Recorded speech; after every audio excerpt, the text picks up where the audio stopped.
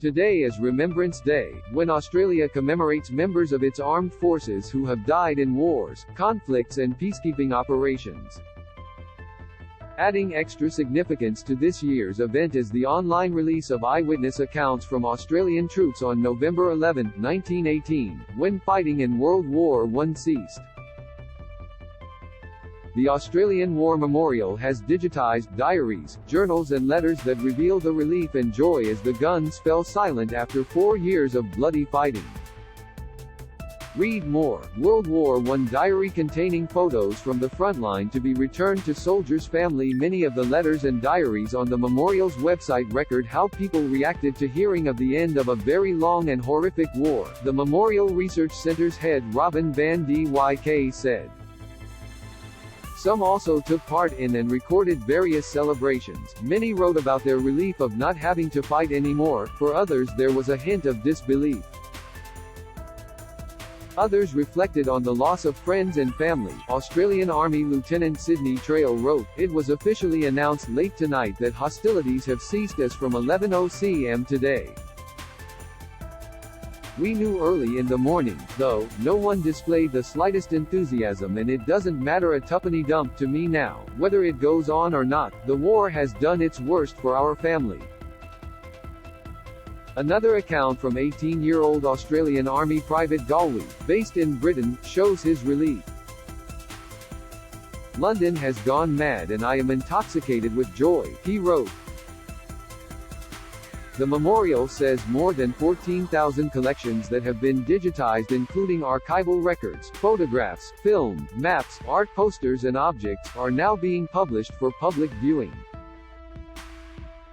Read more. The Aussie soldiers who helped turn tide of World War II in key battle. Previously anyone interested in reading these historical records had to travel to the memorial in Canberra and request to view them.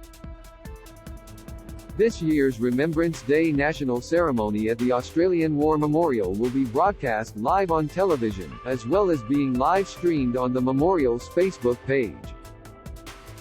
Here is what you need to know. What is Remembrance Day? Remembrance Day marks the end of fighting in World War I on the Western Front on November 11, 1918.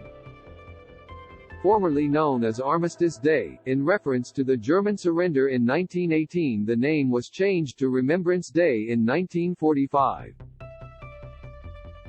Every year, 1 minute of silence is held at 11 a.m. local time on November 11 in Australia and other Commonwealth nations. Read more. Princess Mechanic, How World War II Shaped the Queen. The red poppy is the best-known symbol of remembrance. On the mud-soaked battlefields of northern France, the wild flower grew abundantly after the close of World War I. What events are held? Commemorative services are held in Australia at memorials, schools and community centres today.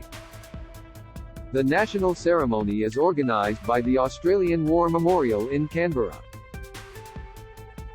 Across Australia, everyone is welcome to attend a Remembrance Day service.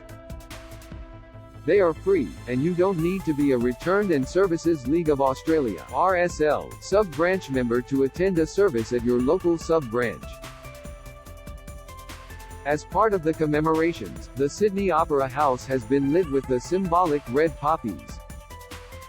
What happens at a Remembrance Day service? Flags are lowered to half-mast about 10:30 a.m. before a service starts and the catafalque party will mount the cenotaph and take their positions.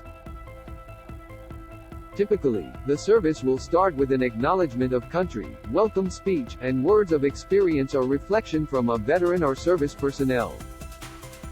After this, it's common that a hymn, prayer or reading is shared before dignitaries and other guests of honor lay wreaths or poppies.